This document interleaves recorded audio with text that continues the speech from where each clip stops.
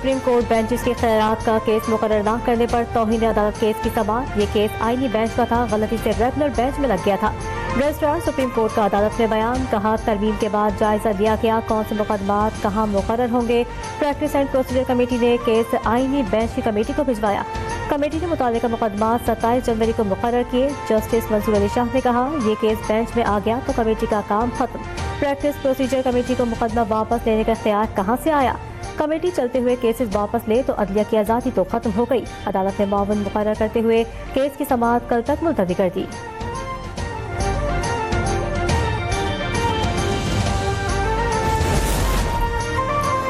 Supreme court میں benches کے اختیارات کا کیس مقرر نہ ہونے پر پیش رفت۔ جسٹس منصور شاہ، جسٹس عائشہ اور جسٹس عقیل عباسی نے چیف جسٹس یحییٰ آفریدی اور جسٹس امین الدین خان کو خط لکھ دیا۔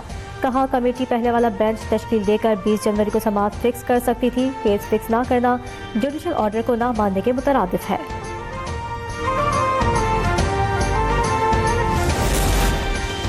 سندھ ہائی کورٹ نے چیف جسٹس پاکستان کی تقرری کے خلاف تمام درخواستیں مسترد کر دی۔ عدالت نے قرار دیا کہ قانون نے کہا ہے سینئر ترین جج کو منتخب نہ کرنے کی وجوہات دی جائیں۔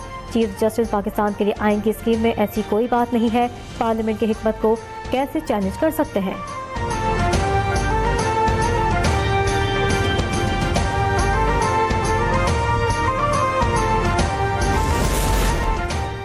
الیکشن کمیشن میں P T I intra party election کی سماعت۔ Chairman P T I barrister Gohar اور درخواست گزار اکبر ایس بابر پیش۔ اکبر ایس بابر کی کیس کا فیصلہ ہونے تک پی ٹی آئی کے اکاؤنٹس منجمد کرنے کی استدعا۔ الیکشن کمیشن نے پی ٹی آئی کو آئندہ سماعت تک جواب جمع کرانے کی ہدایت کر دی۔ سماعت 11 فروری تک ملتوی۔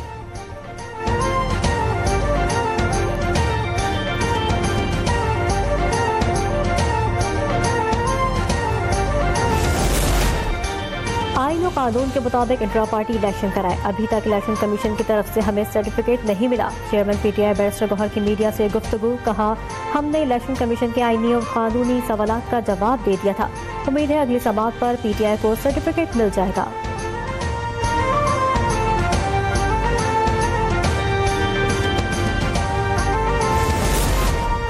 اکبر ایس بابر نے پی T I intra party election کو فراڈ قرار دے دیا۔ کہا جیسے فارن فنڈنگ کیس کو 8 سال لٹکایا ویسے ہی انٹرا پارٹی کیس کو لٹکایا جا رہا ہے۔ جب تک قانونی الیکشن نہ ہو جائیں ان کی کوئی حیثیت نہیں ہے۔ یہ کس طرح تحریک انصاف کے وسائل استعمال کر رہے ہیں؟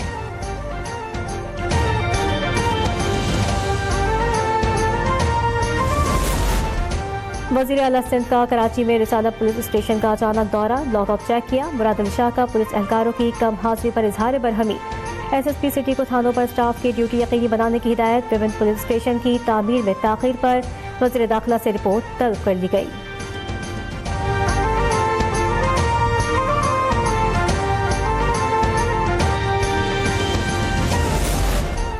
وزیر اعلیٰ پنجاب مریم نواز کا پنجاب کی تاریخی ترقی کی خوشخبریوں کا ایجنڈا۔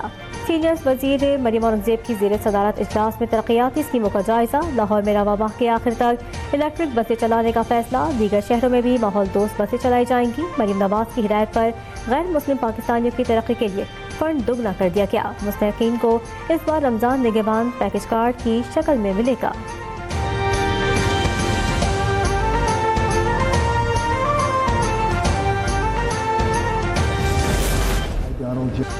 ڈونلڈ ٹرمپ امریکہ کے 47ویں صدر بن گئے۔ امریکی سپریم کورٹ کے چیف جسٹس جان رابرٹس نے صدر ٹرمپ سے عہدے کا حلف لیا۔ نائب صدر جے ڈی وینس نے بھی حلف اٹھایا۔ تقریب حلف برداری میں سابق امریکی صدور اور اعلیٰ شخصیات کی شرکت۔ پاکستان کی جانب سے وزیر داخلہ محسن نقوی اور چیئرمین پیپلز پارٹی بلاول بھٹو شریک ہوئے۔ حلف اٹھانے سے پہلے ڈونلڈ ٹرمپ کی وائٹ ہاؤس میں سابق صدر جو بائیڈن سے بھی ملاقات۔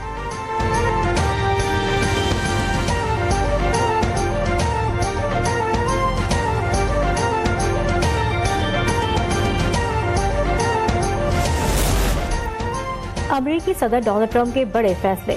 بائیڈن دور کے 78 صدارتی احکامات منسوخ، نئے ایگزیکٹو آرڈر جاری۔ پیرس ماحولیاتی معاہدے سے دستبرداری، عالمی ادارے صحت سے علیحدگی کا اعلان۔ کیپٹل ہل حملے میں موقف تمام کیسز ختم اور 1500 افراد کو معاف کرنے کا بھی اعلان۔ سیاسی مخالفین کے خلاف وفاقی حکومت کو مستحکم کرنے کی پالیسی کا خاتمہ۔ وفاقی سطح پر ملازمتوں پر پابندی، وفاقی ملازمین کو دفاتر میں حاضر ہو کر کام کرنے کی ہدایت۔ مصنوعی ذہانت سے متعلق بھی بائیڈن دور کا آرڈر ختم کر دیا گیا۔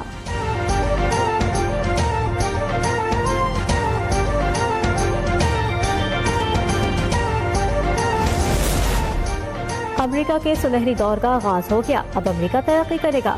امریکہ کو پہلے سے زیادہ مضبوط، عظیم اور مستحکم بنائیں گے، قانون کی بالادستی اور ملکی سرحدوں کا تحفظ ہر صورت یقینی بنائیں گے۔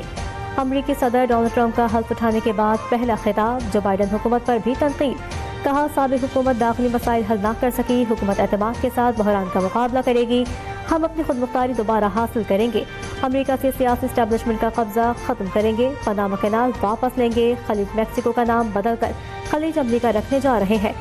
صدر ٹرمپ کا جنوبی سرحد پر ایمرجنسی نافذ کرنے اور غیر قانونی تارکین وطن کو واپس بھیجنے کا اعلان۔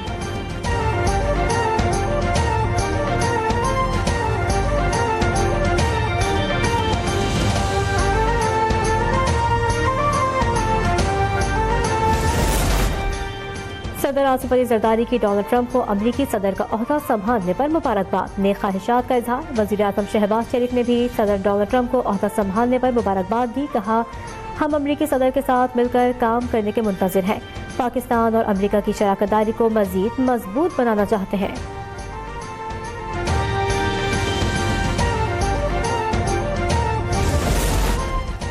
ٹرمپ کے آنے سے پاکستان کی سیاست میں کوئی زلزلہ نہیں آئے گا، پاکستان ایک آزاد اور خود مختار ملک ہے اور ہمیشہ رہا ہے۔ مسلم لیگ نون کے سینیٹر عرفان صدیقی کا پیغام، حکومتی کمیٹی کی جانب سے پی ٹی آئی مطالبات کے جواب میں موقف تیار کرنے کی خبروں کی بھی تردید، کہا خبر اور اس میں بیان کی گئی تفصیلات بے بنیاد ہیں، حکومتی کمیٹی میں شامل جماعتیں باہمی مشاورت میں ہیں، حتمی جواب تیار کرنے میں 1 ہفتہ لگ سکتا ہے۔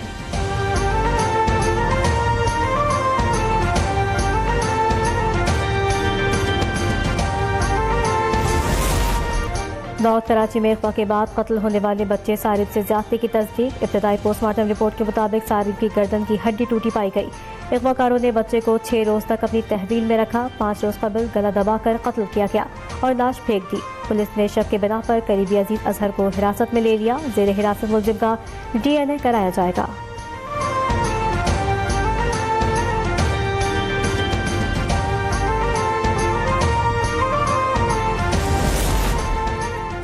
یونیورسٹی میں جسم کو ظاہر کرنے والے کپڑے نہ پہنے، طلباء صاف ستھرے اور مہذب کپڑے پہنے۔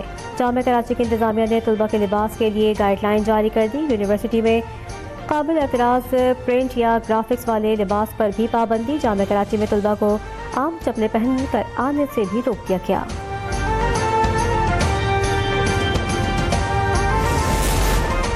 بجلی صارفین کو 1 سال میں بلوں کی زیادہ قسطوں کی سہولت دی جانے کا امکان، نیپرا نے بلوں کی اقساط کے لیے کنزیومر سروس مینول میں ترمیم کی بھی تجویز دے دی۔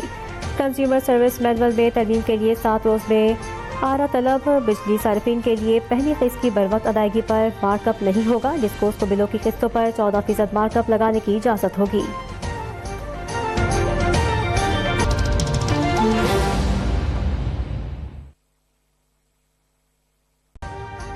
ابھی سبسکرائب کریں تاکہ کوئی خبر رہ نہ جائے۔